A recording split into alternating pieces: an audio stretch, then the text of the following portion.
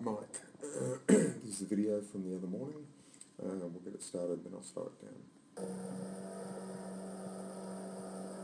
So we're just squaring too late.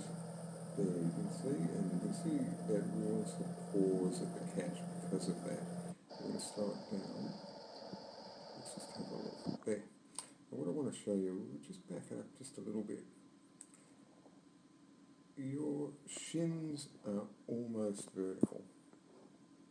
There they are there.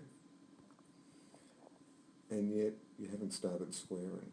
So now, here we are, we're just starting to get the shins vertical and we're still squaring. And that's what I mean by we're leaving it too late. Clearly, now you're trying to put the oar in. Now watch what happens. So your shins are actually almost vertical there. Now let's just watch what happens. And by the time we actually get the blade in, that's the difference in the angle from there to there. So there's quite a considerable difference. You can see you're almost at 3/4 slide when you're locked on. We go to the next stroke and I'll show you again. Same thing. Probably squaring a bit earlier this time. Yep. Squaring earlier. A bit of a balance issue, so let's look at the next stroke.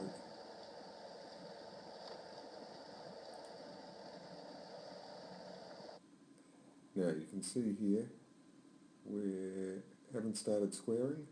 Look at that. Your shins are vertical and now you're squaring. So now you've squared, but watch what happens. You can see that you've rode it in. And you can see, actually, if you have a look at the hands, you can see the hands are already moving together. So by the time you get that blade locked in on this stroke, you're at 3/4 slide. So that's what we've got to work on. Most of the strokes, same thing on this one, I think you'll find. Yep, squared late. You can see it there, it's quite pronounced. And we've got it on the slow-mo. Posture is great though. Posture at the catch is great, so what we've got to work on is that early placement.